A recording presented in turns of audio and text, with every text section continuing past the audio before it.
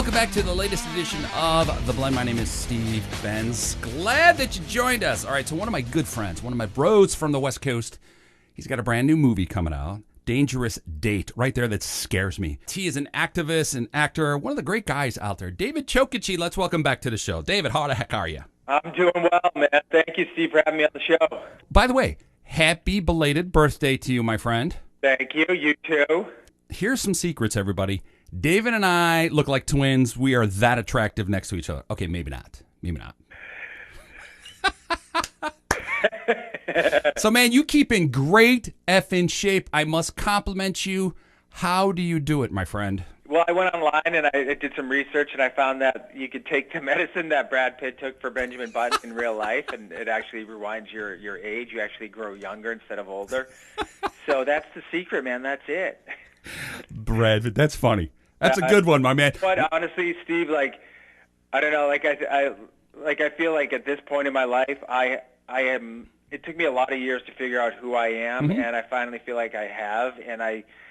And on that journey, you know, I've gotten to a place where I actually push myself maybe harder than I ever have in my entire life, even harder than I was on Baywatch. And you know, I grind because I want to. You know, I have a 6-year-old daughter, and I want to be around for her, and I also want to continue to be able to, like, you know, surf big waves and ski and snowboard in mountains and do all these kinds of things that really, like, make me happy. So, you know, it's work ethic, and also, you know, when you have a child and a family, you know, I gave up the whole partying scene and live a clean, healthy life, and you know, it's a lot of yoga, a lot of running, trail running. What else do I do? It's obviously surf, a lot of weights. I do some weird things with like a big sled that football players use that I pull and push and kind of just go after it. You know what I mean, man? You know, when I get out there again, because I'm out in L.A. all the time, we're going to do a little video thing so we can see you doing that. And I'm going to stand there with my Starbucks. I'll put you through a little workout I have in my backyard. You know what? I would do it. I am not in bad shape. People think I'm in radio. They think I'm like 500 pounds. I'm not. I'm still in shape. I got a bad knee. I'm just telling you right now, I got one bad knee. So in case I go down and I start whimpering, have some sympathy. A little bit. There's no excuses over here at the compound. All right, so if you got this new movie, I watched the trailer a couple of times before you came on.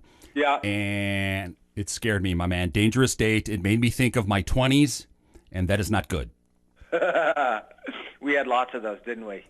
Way too many in Los Angeles. And could you imagine if there was Twitter and Facebook back then? You know, in a way, I'm bummed I missed that. I wasn't around when I was back on all these different TV shows and stuff. But in a way, it's a blessing because if people could have actually videoed and documented my our crazy behavior, I don't think that would have been a good thing. Come on, you were everywhere back then. Even on Baywatch. Yeah. You probably don't know this, but I was a stand-in for Hasselhoff many times on Baywatch. So you and I spoke once or twice or whatever. And, you know, I told you that story years ago. Yeah. It turned out that I was really good at standing for lights. No kidding, man. Well, like I said, that's a skill in itself, you know? I was telling jokes the entire time, like, would you stop it? We're trying to map the steps out. What can I do? Stay still. You have to stay in focus, Steve. So tell us about this date, you know, and who are you playing with? There seems to be a girlfriend. There seems to be a daughter involved, and I'm still terrified. I'm not sure. You know what? I'm still going to watch it this Saturday. Yeah, no, it's actually a really good one. It's on Lifetime or Lifetime Movie Network. I'm not sure what the difference is, but it's on Lifetime, which is, you know, they're doing some more and more stuff, which is it's always good for us actors, especially like I try and find jobs that are here in town that shoot in California or Los Angeles, which are fewer and far between. But when they do, it makes my life easier. And this was a cool one with a director I'd worked with before and some producers I worked with before. This guy Richard Switzer, and basically it's my character's wife has passed away some years ago of cancer, and he's single, and he's raising his daughter who's about to go off to college, and she's kind of worried about him because all he does is work, and he won't go on any dates because he's still kind of stuck in that guilt phase of not wanting to go on a date because she felt he was still married even though she's gone, and so she kind of sets me up in this online dating thing, and that turns it turns really pretty quickly where this beautiful, this girl, this actress Jillian Murray, who played the girlfriend, the girlfriend / crazy woman, who's gorgeous in real life, but Yes. she's just this like full con artist, and she's been stalking my family and specifically me for like many years, ever since like she was a nurse in a hospital when my wife was sick, and these flashbacks, and it just kind of goes haywire pretty quickly. And of course, my character's like the last to figure it out. My daughter figures it out well before I do, but it's fun. It's a fun, like, kind of little roller coaster ride that the audience gets to go on. So you're a clueless doctor? Lawyer. That explains, that's very L.A. law on top of that. Right, and he's a divorce attorney. That's how it works. You could see where it's going. It's very 2018 Fatal Attraction. You got it. Go see the trailer. I saw a knife right there where if any of you saw Fatal Attraction, every guy in the place covered up. That's all I'm saying. Yeah, exactly. Well, it's kind of a cool statement too. You know how people are just they're either going on online dating to meet people, or they're just like on these different apps to hook up, and in a sense, it's kind of a cool statement on that world. You know what I mean? Yeah. So tell us about the young lady that played your daughter. Yeah, Brianna. She's like this. I forget what she was in before, but she's a really talented young actress. I mean, she kind of almost looked the same age as the girl who played as Jillian, which kind of looks a little confusing. Even if you look at the poster, it's the two of them facing each other. But she was great. She's just like this little sweetheart and super talented. We just hit it off from like day one, and all three of us did because we had so many scenes together, and it was a fun set. Well, that's good to hear. I'm excited about it. I'm always excited when I see you out there, and oh man, and I appreciate the love, dude. Totally. It's good. It's good to see it. Stretching from, Cody, which is a real stretch, right, to this guy. Although I'd like to go back to Cody if I could. Would you do a reboot? Yeah, they were going to redo the TV show up until the movie bombed. Yeah, well, it was like in the works at CBS and all this stuff, and then I had meetings with them, preliminary meetings. They were going to do a pilot of a new reboot of Baywatch, which would have been so cool. And then the movie just like really just was a disaster, and they were like, maybe that's not a good idea. See, they should have stuck to what Hasselhoff wanted. They went off too far from the core of what the show was about. Dude, exactly, man. Like literally, I mean, it was funny as can be, and I'm not like The Rock and Zac Efron, and like they were all, the cast was awesome. It could have been anybody. They could have been astronauts. They could have been it had nothing to do with Baywatch. You know what I mean? And they didn't stick to any of the elements that made the show what it was, and I think that's where they got way off track, and kind of. Hey, they made Baywatch, a laugher when, let's face it, 1 billion people watched that show. Yeah, man.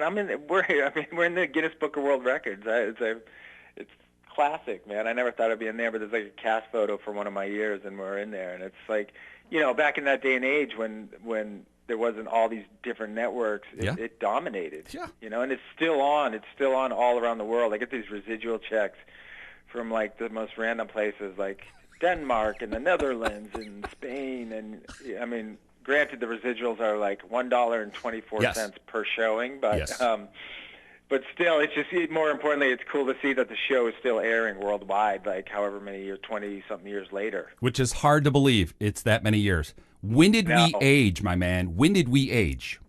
I don't know when it happened, man. It seems like it was yesterday. Like I was on that show, running around the beach and making out with Pamela Anderson, and all of a sudden, we kind of are in a different place. I think I went through a time warp. How about you? Yeah, the nice thing about that show is I lived in Hermosa Beach. So when you were doing casting in Hermosa and Manhattan, I was right there. Like, nope, you fit perfectly. You're tan. You got long hair. You're in. Yeah, Steve. That's how it worked. They didn't give me any lines, though. One or two, they gave me lines. They said, look, you're too funny to play a thug. I'm like, I have to put some humor to this. Yeah, you have to. That's the only way it works. I'm like, if if Hasselhoff is going to hit me, I'm going to laugh. We can't do this scene. Yeah, totally. Now, I do have a spin-off idea for you, because you and I are bros. We could probably do something. So let's see if we can do a Baywatch spin-off. Here it is. Let's see if you get it. All right, you still as Cody, lifeguard. We're bros from years back. On-air guy together. We get together 20 years later, and we call the show Radio Watch. Radio Watch. Yeah. Very interesting. See? I think we should pitch it, man. I'm an idea guy. Should pitch it. And we kind of sit around and watch radios, or what do we do? No, we're on the beach and, apps and radios. We could be crime fighters. Oh, gosh, yeah, okay. What was that, Hollywood Nights or Baywatch Nights or something? Yeah, I remember that. There we go. We could update that. Foray into being a detective. I'm doing whatever I can to do something with you, man. The whole time he just wanted to be like a cop on the show, so he wrote up a show for himself. Baywatch Nights. I like it already. We need to pitch this. Yeah, we got to get David in there, too. Why not? You have to. Yeah. You have to. That's the only way it can be and should be. So what else do you have going on after the release of this movie? Are you working already on another project? I'm prepping for a project that I'm starting to shoot on May 4th. It's called As Long as I'm Famous. It's kind of a real departure for me. I'm playing a real-life person, this boxer, Gene Tunney, who was like a world champion boxer in the 1920s. And it kind of revolves around the theater world and these writers and actors and how, like, basically, everybody was sleeping with everyone. It didn't matter, like, if you were a woman or male, and this just debaucherous kind of lifestyle all these creative people lived in. And so I'm working on that because the guy his parents immigrated from Ireland, and he was born in New York, and so I got to brush up on like a New York accent, a little bit of a dialect, and also there's like my character ends up in a mental hospital, and he has a psychotic break, and he starts speaking like his dad, who had an Irish dialect, and so I'm working on that, and I actually have another movie that I shot a couple months ago called, what did we end up calling, Arden Drive, which was very much another kind of Lifetime-esque movie, and then, man, I have like 3 or 4 projects in development in various stages that I'm behind, like producing or exec producing. So,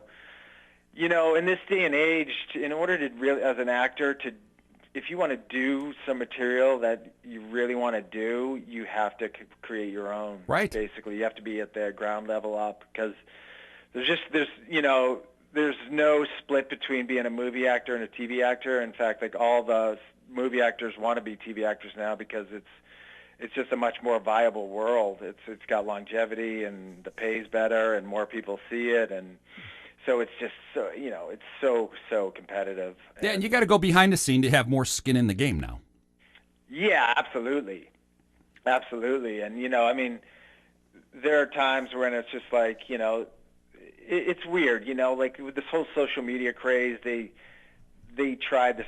They'll be like, oh, let's hire a person who has a ton of followers but never was an actor, and they think that's going to work, and that just blows up in their face because it has nothing to do with it. But at the same time, I'll go on meetings for a new show or a movie or something, and like the first question out of their mouths will be like, what's your social media presence like, David? And I'm like, really? That's your number one question here? Not like what kind of, how many years of working actor have you been, or let's see you do the scene.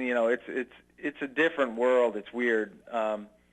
So I'm not as I'm not as attached to it as I used to be. I think having a daughter definitely gave me real perspective on the business that I love doing it. But I'm not like when I was in my 20s and 30s when I was, I would really wanted to like be a part of everything and be a part of the best possible projects. I'm more realistic about it now, and I don't know, it's much healthier for me. And as a result, when you don't care as much, if you're not desperate, that's the guy they want. They don't want the guy who's coming into the room going, I need this job, I need the job for the money, I need it because I just need it. And so I go in the room and I'm like, this is who I am, take it or leave it, and that's the guy that they normally they want. Yeah. So it's good. Like where I'm at now in my life is a really good point. I love it. Yeah, and you and I are at the same point. I would agree with the radio industry that they're hiring people because of their followers, which is I'm insane. sure, right? Do you guys have the same kind of deal going? It's kind of like the light just went on and they're not speaking. Silent radio doesn't work anymore. Okay. But they have a lot of followers, Steve. Yeah, the Kardashians. Now, the one thing I was going to ask you, how was that transition from leading man, and I mean this as a compliment, to now you're a character actor, that you could really play anything other than Cody? Yeah, I mean, it's not so much character actor. It's like more like, now I'm in the category to play dads, which turns out is there's a huge number of projects for that. But also, like, a lot of our leading men are, like my buddy's doing a movie with Frank Grillo, that guy? Yeah. Called Boss Level down in, he's got a, well, what does he have? You know him if you saw his face, but he's 52 and the guy's like, at the height of his peak of his career right now. I feel like guys that who've stayed fit and look good, like you can keep playing these leading men and, Sure. until you can't. And that's the kind of genius of, that's one of the reasons I work so hard physically and spiritually and everything that goes with it. Just because I don't want to be I don't want to be like the guy that casts like, oh, there's the old fat dude in the background. You know what I mean? Yeah, we don't need any more Al Bundys. No, that's not a good way to be. The people that just walk by, I'm still fit for all these radio people. All right, so people walking through the studio and stuff, just looking at me and say, "You don't look like David Hatton," but I do. I just, a funny thing just happened last week. One of my buds from Sugar Ray, Mark McGrath, you know who he is. Yeah, Mark's a friend. I know him, yeah. And he tweeted back to me because every now and then we text. He said he was busy frosting his hair. What has happened to us? He's trying to compete, man. He went on Big Brother. Did you see any of that? The 24 hours. Would you even think of doing something like that? Well, did you see it? Yeah, I did. How bad was it? It was scary, okay? Scary? You've got all these divas, and you could see who was going to stomp on who. Yeah. But the only, I'm sure I know the reason why he did it. They pay a lot of money to go on that show. They pay you a lot of money. They do. So, if they paid me the amount of money that I know they do pay, I would probably, I'd probably go do it. The problem is with those shows, man, it's not true reality. No, like we all know, it's scripted reality. It's scripted reality, basically, in the sense that they're going to give you a direction, and if you try and just fly under the radar and keep your mouth shut, they're going to they'll get you out, you hostage, and be like, you can't do that. We need you to do this and this and this. So it's definitely it's a situation you don't want to be in. Like I really would have zero desire. But, and that gets us right back to social media and everything else. He's got big followers, and Mark and I get along great. We go way back. That's good. Well, maybe you could be a big brother for like Baywatch. You could sit there with Hasselhoff for 24/7. You'd probably go nuts. We could do that. No, Hasselhoff's a bomb, dude. We used to travel together. We would. He's an adventurer, man, at heart. He loves to go kind of scare himself like I do, either jump out of planes or go down Class 5 rapids. It's awesome. Yeah, he's a crazy guy. That is awesome. We got to make sure that we have you on more often. And next time, I would love it, Steve, for real. Let's just stay in touch, and especially when you come to LA, let's do a little the live segment, like you said. That'd be fun. Let's get it done. Saturday night on the 14th, Lifetime channel. It is Dangerous Dates. David Chokachi. Make sure you guys go to his website, say hello, follow him on Twitter, follow the social media. Maybe he'll tweet back. Yeah, betcha. Thank you so much, man. Thanks, man. Be good. All right, buddy. You take care.